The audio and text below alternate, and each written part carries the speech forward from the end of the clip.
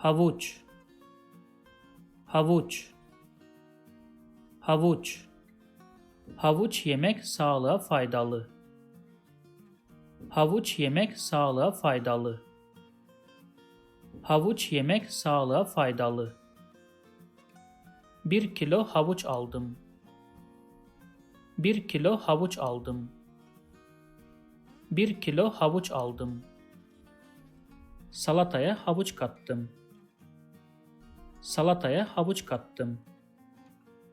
Salataya havuç kattım. If you like this video, please subscribe to my channel below for more videos on Turkish grammar, vocabulary and pronunciation.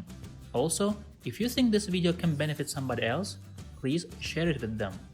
Last, if you have any comment or request, please provide your feedback in the comment section below and I'll do my best to respond as soon as possible.